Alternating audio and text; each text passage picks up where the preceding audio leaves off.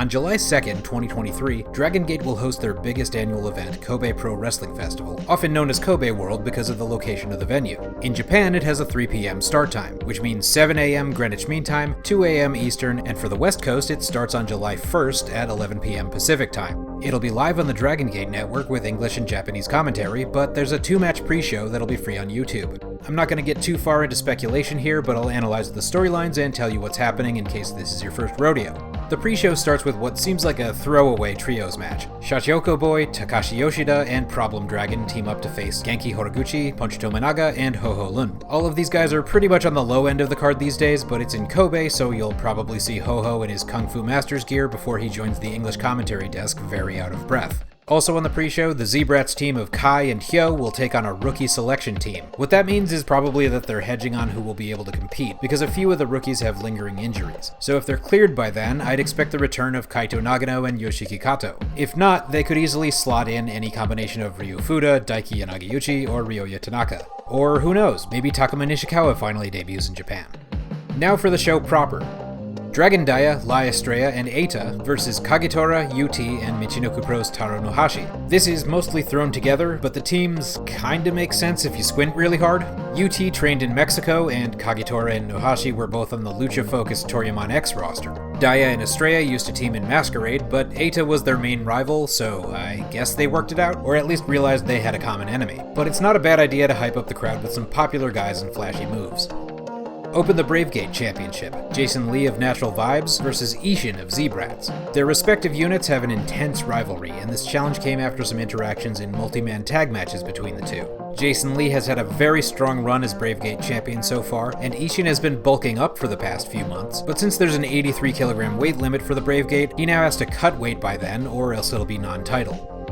Masaki Mochizuki and Don Fuji versus Shuji Kondo and Keno of Pro Wrestling Noah's Kongo. This is a veteran tag match, and there really isn't much build to it, aside from Kongo being recent rivals of Mochizuki's unit M3K. But it's notable for a couple reasons. Mochi and Fuji are both Toryumon veterans, first in rival units, and then teaming on and off since 2006. Shuji Kondo is also a Toryumon veteran, and now pulls double duty as a freelancer. But although Keno is a Noah guy, his style fits Dragongate like a glove, and he's had several appearances over the past year. He's also a good rival for Don Fuji because they're the two crankiest men in wrestling. What? Boso 10-match series revival, Konomama Ichikawa vs. X. The Boso 10-match series features comedy wrestler Konomama Ichikawa usually losing to a mystery opponent in just a few minutes. This is the third Boso series, with the first in Toryumon and the second in early Dragongate. Ichikawa has taken on many veterans and surprise appearances in the series, and last year's opponent was the legendary Keiji Muto, so you can pretty much expect anyone. Open the Twingate Championship, Susumu Mochizuki and Yasushi Kanda of M3K versus BB Hulk and Ben K of Gold Class. Somehow, in a year that Dragongate put all its chips behind the new younger generation, the original M2K team from Toryumon has managed to have some of the best tag matches of 2023, both in the Rey de Parejas tag tournament and against Kongo at the June 2nd Korakuen Hall show, which, if you haven't seen yet, track that match down. After winning the Twingate belts for the first time ever, despite teaming since the 90s, they were immediately challenged by two members of Gold Class. BB Hulk and Ben K have both been tag champions before, but not together and not in their current unit. Yamato vs. Hiromu Takahashi. The eccentric ace of New Japan's junior heavyweight division showed up in a surprise video at the beginning of June to challenge Dragongate's veteran ace Yamato to a special singles match. This is pretty huge, as New Japan doesn't usually have a lot of crossover with Dragongate, so you can thank the Sponge Guy for this, because the president of the Lek Corporation has basically been shoveling money into promotions all over Japan. Both are incredible wrestlers, so it'll be really interesting to see how their styles mesh, and hopefully open the door for more crossover in the future. Open the Dragongate Championship, KZ, Big Boss Shimizu, and Jackie Funky Kamei of Natural Vibes versus Naruki Doi, Kota Minora, and Minorita of Gold Class. After several tries and several combinations of Natural Vibes, they finally defeated another configuration of Gold Class for the Trios belts back in May. But this time with Hulk and Ben going for the Twingate, Gold Class is short a member, and I'm not talking about Minorita's height. Instead, they declared they had a third partner, original Gold Class member Naruki Doi, who is now a freelancer. But Doi revealed that they hadn't actually asked him, and he refused to join. So Dragongate's GM Ryo Saito then revealed that he already had booked a match with a third for Gold Class, who just happened to be Naruki Doi. Open the Dreamgate Championship, Madoka Kikuta versus Yuki Yoshioka. Kikuta and Yoshioka are both members of D-Courage.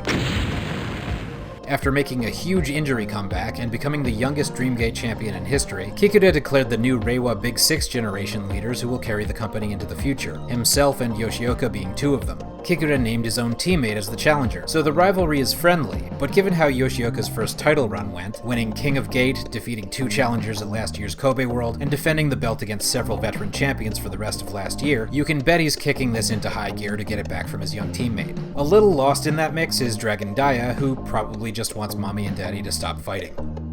Mascara contra Mascara, 5-way survival cage match. Ultimo Dragon, Strong Machine J, Shun Skywalker, and Dragon Kid.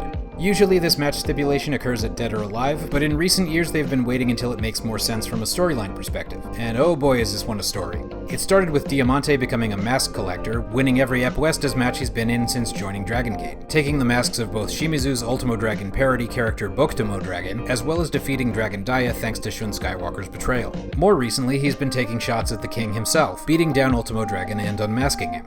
Meanwhile, you have all the history of Shun Skywalker and his mask, betraying anyone and everyone to save himself. Ever since the naming of the Reiwa Big 6, he's been coming at Strong Machine J's mask, claiming that Jay is nothing without his father's legacy and he doesn't deserve to be one of the 6. So with everyone trying to rip each other's masks off, GM Saito announced a 4-way survival cage with everyone's mask on the line. But after many attacks on his mentor Ultimo and the previous unmasking of his protege Daya, Dragon Kid had enough. He put himself into the mix, saying he will always protect the principal's mask even though the match is every masked man for himself.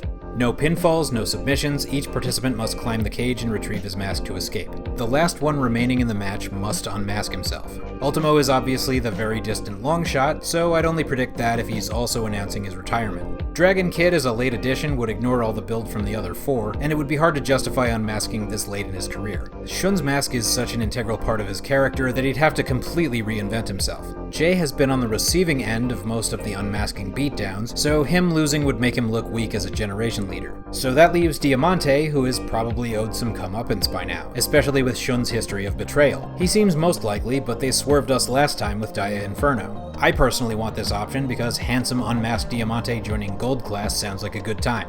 So this really seems like a can't-miss event. Just beware that if you do subscribe to the network to watch this show, you start on July 1st, so you won't get charged for both June and July, because subscriptions always begin on the 1st of the month.